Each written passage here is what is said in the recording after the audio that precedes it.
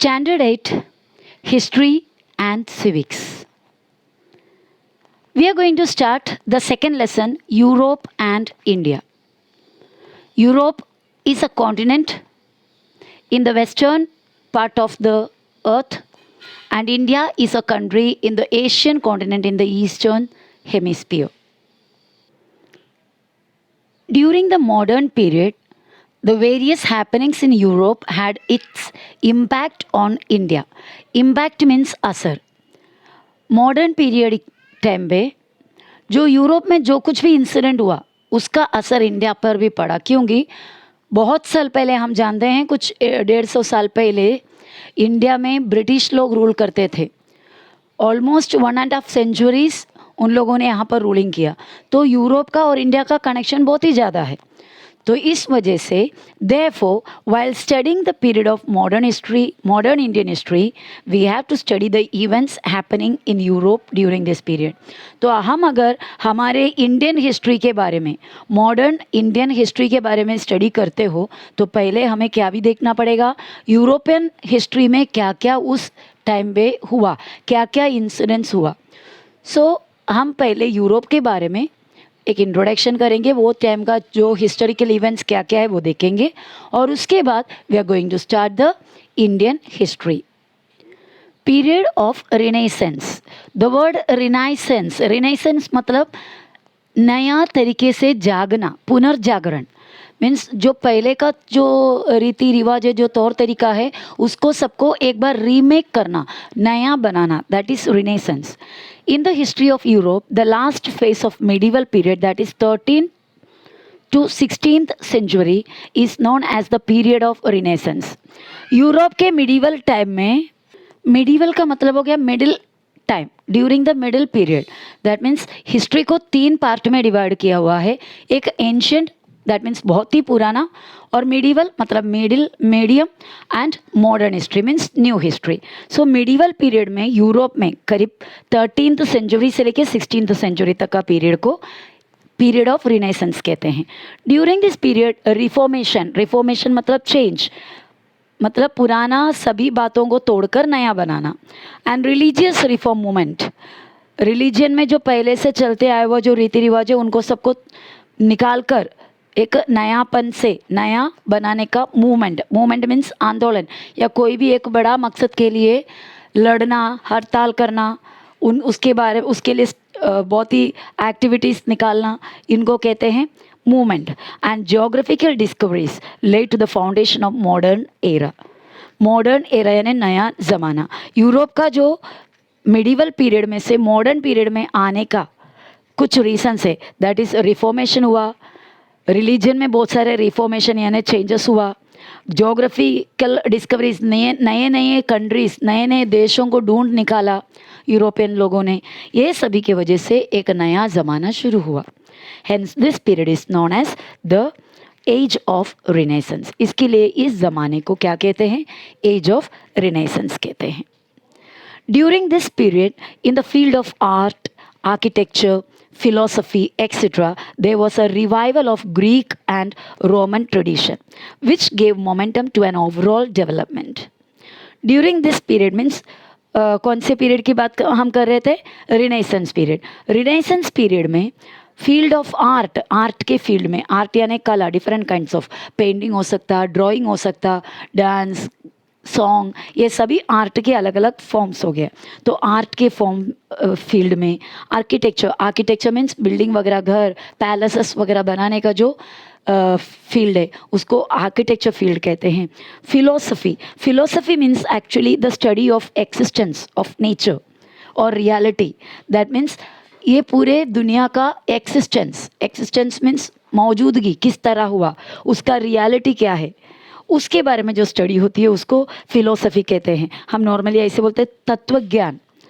There was a revival, इन सभी field में एक नया रिवाइवल हुआ. रिवाइवल का मतलब होता है एक इम्प्रूवमेंट, कंडीशन को सुधार हुआ, of a Greek and Roman tradition which give momentum to an overall development. सभी फील्ड में डेवलपमेंट होने के लिए एक मोमेंटम मिल गया. मोमेंटम मीन्स स्पीड हो गया.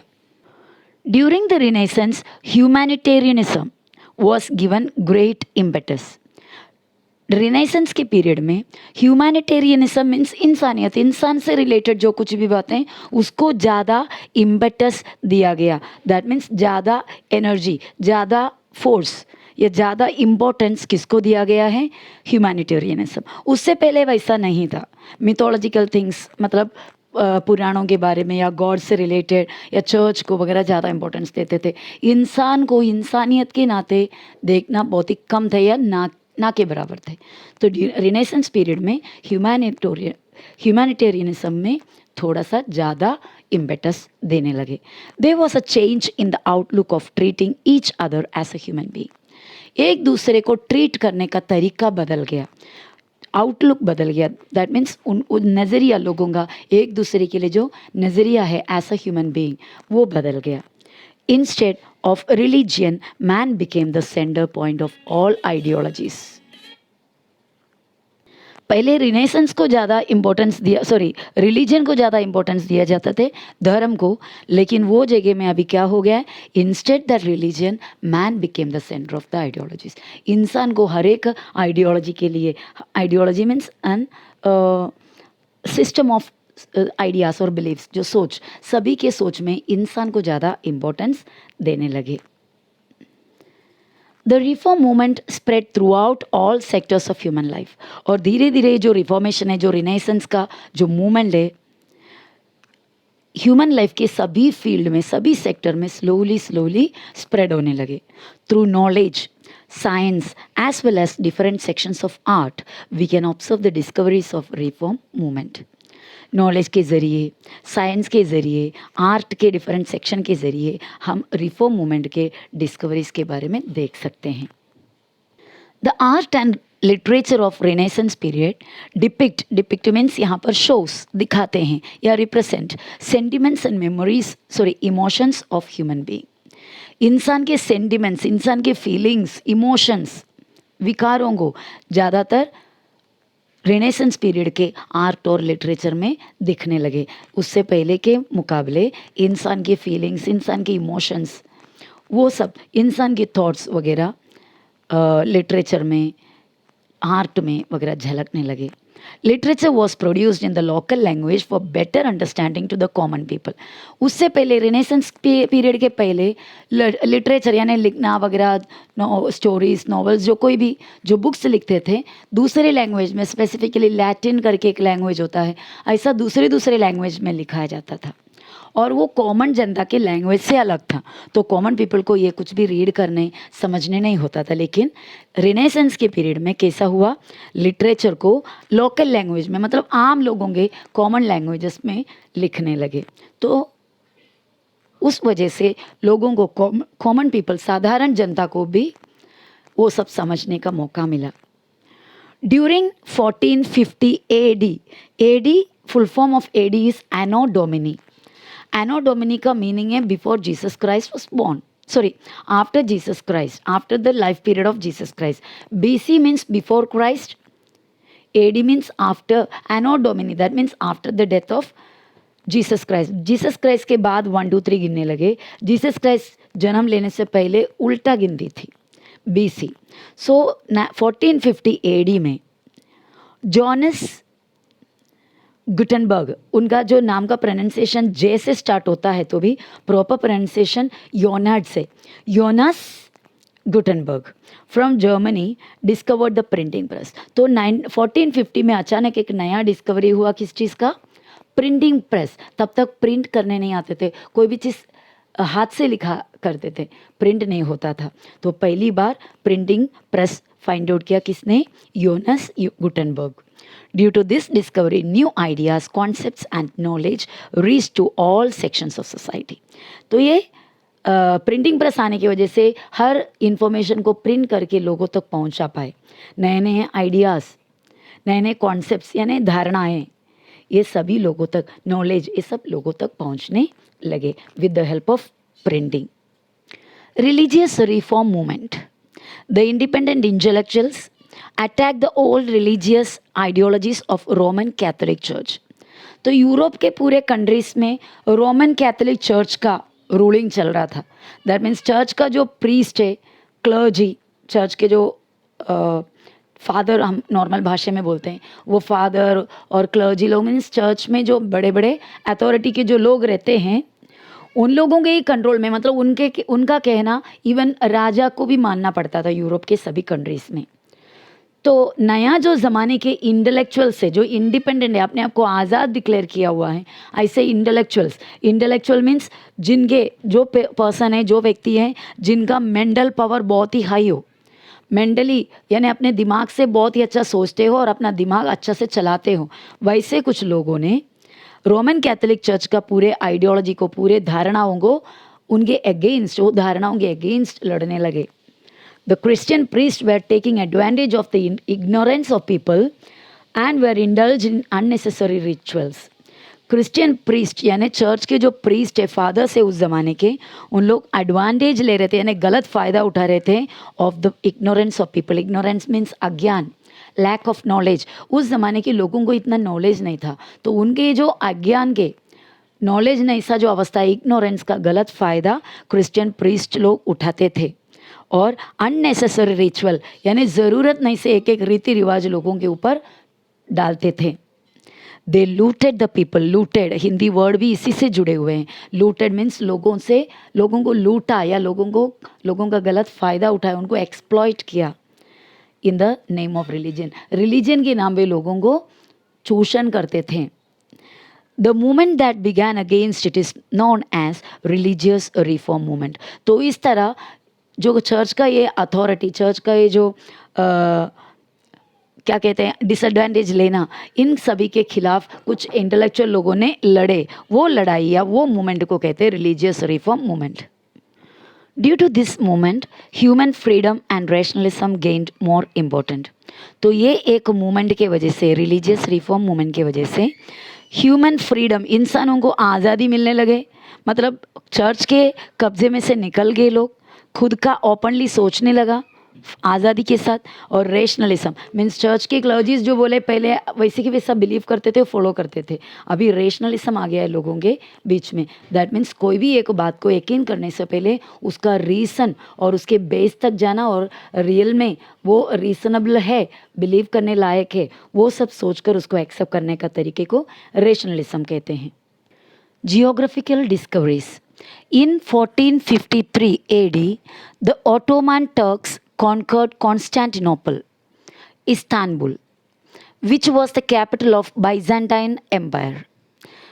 Byzantine लोगों का एम्पायर मीन्स बिग किंगडम, उसका एक कैपिटल, उसका उस ज़माने में जो कैपिटल था दैट वाज कॉन्स्टेंटिनोपल, उसका दूसरा नाम है Istanbul.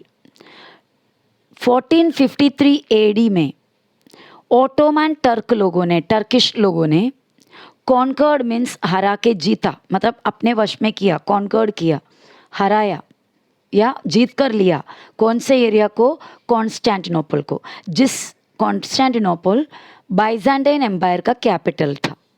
Okay, the overland trade routes joining Asia and Europe went through this city. The overland trade route, जो बिजनेस करने वाला जो रूट था एशिया और यूरोप के बीच में, बहुत सारे चीज़ों का बिजनेस चलता था पहले से। ये बिजनेस के लिए चीज़ें, माल, गुड्स लेकर आना, लेके जाने का जो प्रोसीजर होता था, वो जो ट्रेड रूट है ये सिटी में से गुजरता था। कौन से city? Constantinople. Since the Turks block this route, जब एक ऑटोमन टर्किश लोगों ने ये कॉन्स्टेंटिनोपल को हड़पने के बाद या कॉन्कर करने के बाद उन लोगों ने ये सिटी को क्लोज कर दिया। ये सिटी को नहीं, ये रूट को, मतलब किसी को भी यूरोप से एशिया में या एशिया से यूरोप में सामान ले जाने का जो रूट है, किसी को भी जाने नहीं दे रहे थे, रूट को बंद कर दिया। Since the Turks block this route, Turk लोगों ने ये रूट को बंद करने की वजह से there was a need of finding alternative trade routes for European countries to reach Asia. तो जब टर्क लोगों ने ये कॉन्स्टेंटिनोपल से जो रूट है वो रास्ते को बंद करने के बाद एक ऑल्टरनेट रास्ता, ऑल्टरनेट ट्रेड रूट, यानी उसके बदले में दूसरा एक ट्रेड रूट ढूंढना यूरोपियन कंट्रीज़ के लिए बहुत ही ज़रूरी था, वरना बिजनेस बंद हो जाता था। They wanted to reach Asia. This led to a new phase of geographical discoveries.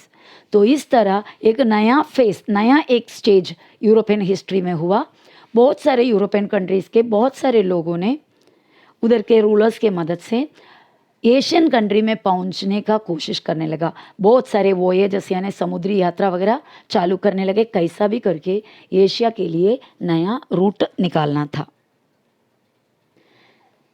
Leonardo da Vinci, Leonardo da Vinci, इनका नाम तो पहले ही आपने सुना होगा। He is recognized as an all-round personality of the period of Renaissance. Renaissance के ज़माने का एक ऑलराउंडर थे। ऑलराउंडर किसको कहते हैं? जिनके अंदर बहुत सारे क्वालिटी हो, बहुत सारे चीज़ एट ए टाइम कर सकते हो, उसको कहते हैं allrounder. He was well versed, means he was mastered in different branches of science and art. Science के अलग अलग फील्ड, अलग अलग ब्रांचेस, आर्ट के अलग अलग ब्रांचेस, ये सब उनके लिए बहुत ही आसान, मतलब इतने अच्छा से उनको ईजिली आता था। He had mastery over varied subjects such as sculpture, sculpture मतलब शिल्प बनाना, मूर्तियाँ बनाना, आर्किटेक्चर, बड़े बड़े बिल्डिंग पैलेस वगैरह बनाना, mathematics, engineering, music, astronomy, astronomy means जो स्टार्स, प्लैनेट्स, जो हेवनली बॉडी से उसके बारे में जो स्टडी से वो astronomy. But he became world renowned, renowned means famous as a painter. लेकिन पूरा दुनिया उनको कौन से नाम से जानते हैं, मीन्स कौन से अहदे से जानते हैं? Painter. His paintings of Mona Lisa and The Last Supper became immortal. Immortal मतलब कभी मर नहीं सकते हैं, मतलब हमेशा जिंदा रहने वाला, लोगों के मन में हमेशा जिंदा रहने वाला, हमेशा याद रहने वाला दो पेंटिंग इन्होंने किया। एक पेंटिंग मोनालिसा और लास्ट सपर। लास्ट सपर मीन्स जीसस क्राइस्ट का जो क्रूसिफिकेशन, उनको क्रूसीफाई करके मार डालने के पहले जीसस अपने जितने भी स्टूडेंट्स थे, डिसाइपल्स थे, उनके साथ बैठकर जो सपर, सपर मीन्स नाइट फूड, डिनर, रात का खाना खाने का जो फोटो है उन्होंने बनाया, लियोनार्डो डा विंसी ने। ऐसा एक पेंटिंग किया। और मोनालिसा एक बहुत ही सुंदर एक लेडी का पेंटिंग है। ये दोनों पेंटिंग वर्ल्ड फेमस है और लियोनार्डो डा विंसी ये दोनों पेंटिंग्स के लिए बहुत ही फेमस है। Geographical discoveries. During 15th century, European sailors went on expedition to discover sea route to India. Expedition. Expedition means कुछ जगह में जर्नी करना, मतलब बहुत सारे लोग ग्रुप में जर्नी करना, सफ़र करना कुछ जगह में कोई पर्पस के लिए। मेनली वो पर्पस होता है कहीं लड़ाई के लिए जाता हो या फिर नया कोई जगह को ढूंढने जाते हो, तो वैसा जो जर्नी है, लॉन्ग जर्नी, उसे एक्सपेडिशंस कहते हैं। तो 15th सेंचुरी के ज़माने में यूरोपियन लोग इंडिया ढूंढने या एशियन कंट्रीज़ ढूंढने, स्पेसिफिकली इंडिया को ढूंढने के लिए अलग अलग सी रूट से निकल पड़े। इन 1487 AD, Bartholomew Dias, a Portuguese sailor, began his expedition in search of India. India को ढूंढते ढूंढते 1487 में एक Portuguese seller, seller means navigator, ship चलाने वाला, उनका नाम है बर्थोलोम्यू डायस, वो इंडिया ढूंढकर निकल पड़ा। But reach the tip of American continent, लेकिन इंडिया पहुंच नहीं पाया। अफ्रीकन कॉन्टिनेंट का एक टिप में, एक एंड में पहुंच गया। And that end part of African continent is now known as Cape of Good Hope. और वो एरिया जहाँ पर बर्थोलोम्यू डायस पहुंच गया, वो अफ्रीकन टिप का नाम है Cape of Good Hope. In 1492 AD, Christopher Columbus set on his journey to India by sailing towards west. Christopher Columbus का मानना था कि since the earth is round, earth round है and India is in the east side, पर मैं west side से जाऊं तो भी कहीं ना कहीं जाकर ईस्ट में पहुंच जाएगा। इसके लिए ही स्टार्टेड सेलिंग, वो नाव चला के निकलने लगे। कौन? क्रिस्टोफर कोलंबस इन 1492 AD में, और इंडिया को ढूंढ के निकले towards west, but reached on the eastern coast of continent of America. लेकिन वो कहाँ पर पहुंचा? अमेरिका के कॉन्टिनेंट, अमेरिका के ईस्ट साइड का एक कोस्ट में, यानी समुद्री किनारे में पहुंच गया। That means he discovered America, but he was in search of India. Now in 1948 AD, 1948 में दूसरा एक पोर्चुगीज सेलर जिनका नाम है वास्को डा गामा, पोर्चुगीज मीन्स पोर्चुगल नाम का कंट्री का व्यक्ति, sail pass the Cape of Good Hope, यानी इससे पहले जो बर्तुलोमेव डायस ने फाइंड आउट किया हुआ अफ्रीका का केप ऑफ गुड होप से होकर और आगे आकर कहाँ पर पहुँच गया, इंडियन कोस्ट में पहुँच गया, in Calicut. Calicut is a coastal region of Kerala in India. तो वैसा पहला व्यक्ति, जो यूरोप का पहला व्यक्ति इंडिया में कदम रखने वाला, इंडिया में लैंड करने वाले व्यक्ति है वास्को डा gamma. Intellectual revolution in Europe. Due to the changes during the Renaissance period, Europe proceeded from medieval to modern age. Renaissance period में जो changes हुआ, उस changes की वजह से medieval period धीरे धीरे proceed होकर आगे बढ़कर modern age में आ गया। That means एक नया ज़माना यूरोप में स्टार्ट हुआ। Intellectual revolution took place in the same period. इसी वक्त इंटेलेक्चुअल रिवोल्यूशन हुआ। मैंने बताया था इंटेलेक्चुअल्स यानी जो जिनका सोच थोड़ा अच्छे होते हैं, जो डेवलप्ड होते हैं, इंटेलेक्चुअली थिंकिंग करते, वैसा लोग अपना रिवोल्यूशन स्टार्ट किया because they wanted complete freedom for human being. The society starts stepping out of the past ignorance. So society means समाज। समाज निकलने लगे पुराने जो इग्नोरेंस, अज्ञान की दुनिया से, एंड ब्लाइंड फेथ और अंधविश्वास की दुनिया से बाहर निकलने लगे। The pre established customs and traditions, पहले से एकदम पुराने पुराने ज़माने में जो कस्टम और ट्रेडिशन, जो रीति रिवाज, जो पुराने विचार, पुराने ख्यालात, ये सब क्या हुआ, came to be seen from the critical point of view. ये सभी को क्रिटिसिज्म करने लगा, नहीं ऑल दिस आर रॉन्ग, ये समाज के हित के लिए अच्छा नहीं है, ऐसा एक नज़रिया आया ज़माने में। All these changes are addressed as intellectual revolution.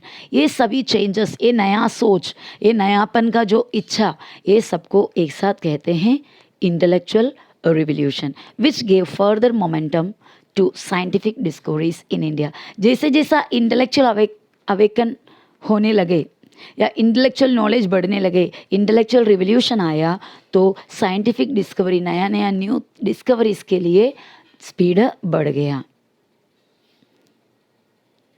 Revolution in political spear, तो ऐसा होते होते समाज के सभी फील्ड में रिवोल्यूशन हुआ। पॉलिटिकल यानी राजनीति, रूलिंग सेक्शन में भी, एडमिनिस्ट्रेशन के सेक्शन में भी रिवोल्यूशन हुआ।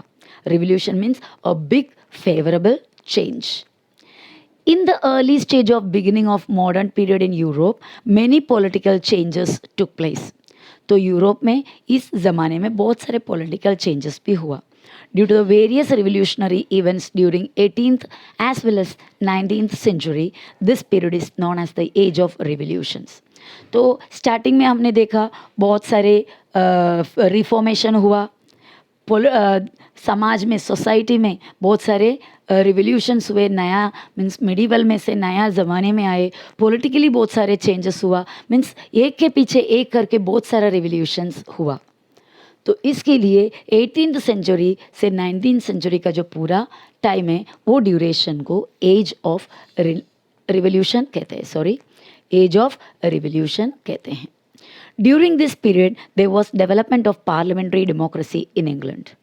तो तब तक जो नहीं था ऐसा एक नया तरीका आया रूलिंग करने का, दैट इज़ पार्लियामेंट्री डेमोक्रेसी। हमारे यहाँ पर भी आज पार्लियामेंट्री डेमोक्रेसी होता है, बराबर। हमारे रूलर्स को हम खुद सेलेक्ट करते हैं इलेक्शन के ज़रिए, और उन लोग अपने हिसाब से, हमारे हिसाब से, पब्लिक के हिसाब से रूलिंग करते हैं।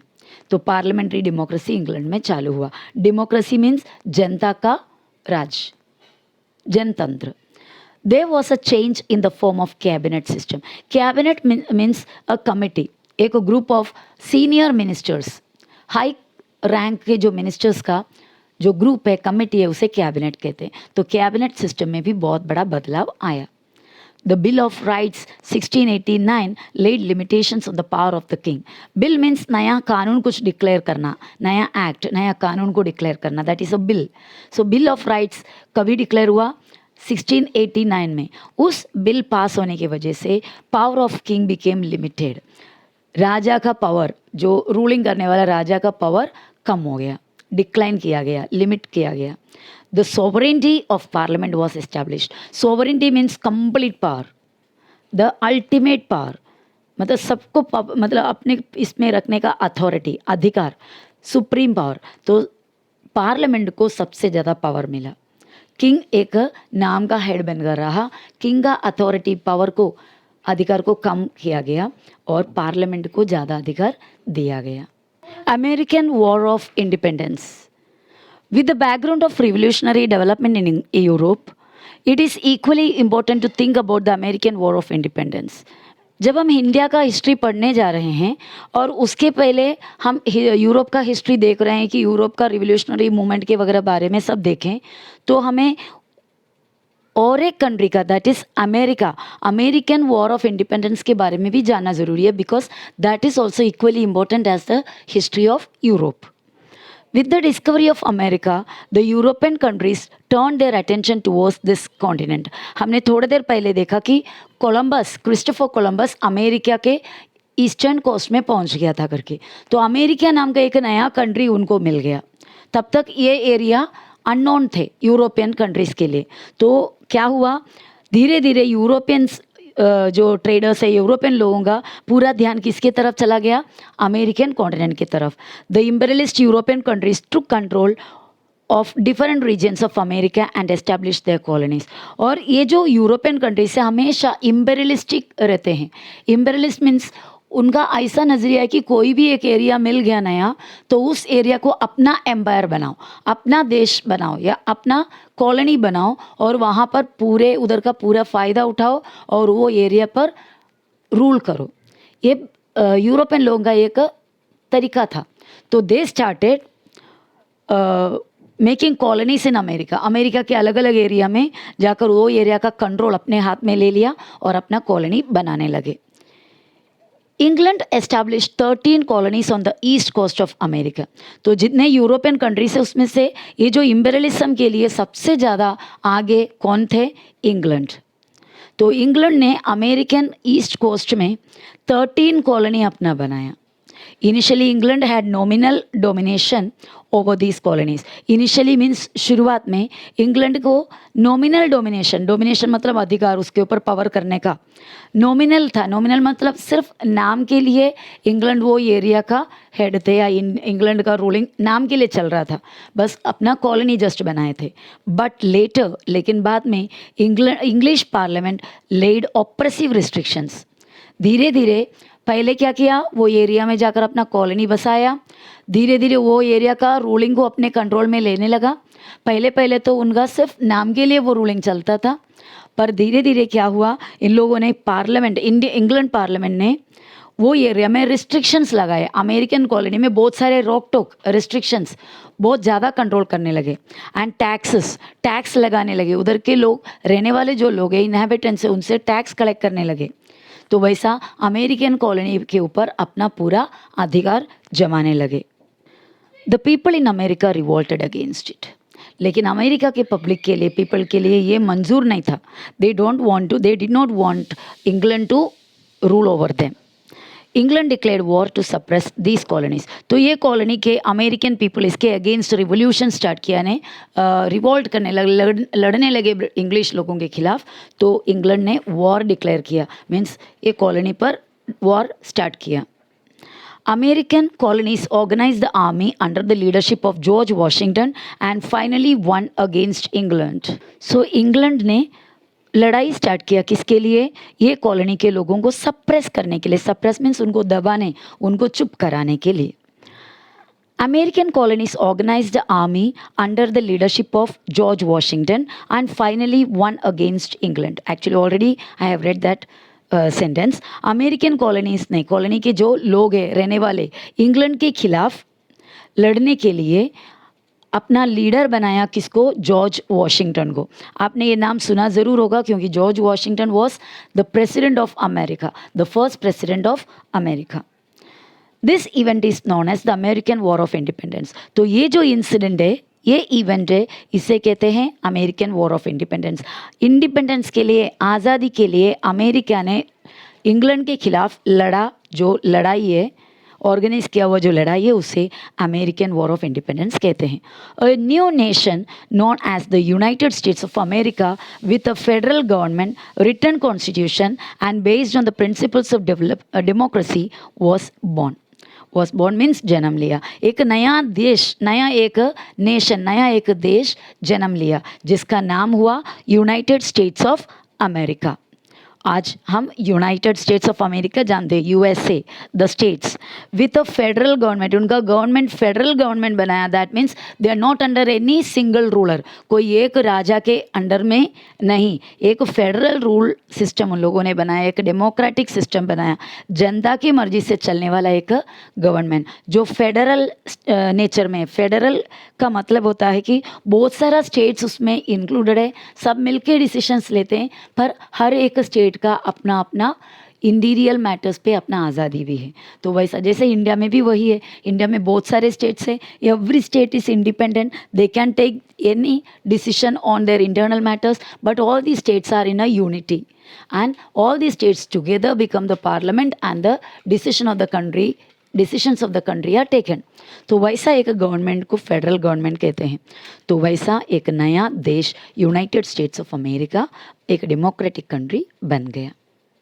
आगे हमें फ्रेंच रिवॉल्यूशन का बारे में जानना है, लेकिन because of the length of the video, I am going to stop here and we will come back with the same lesson, the next part of the lesson in the next video.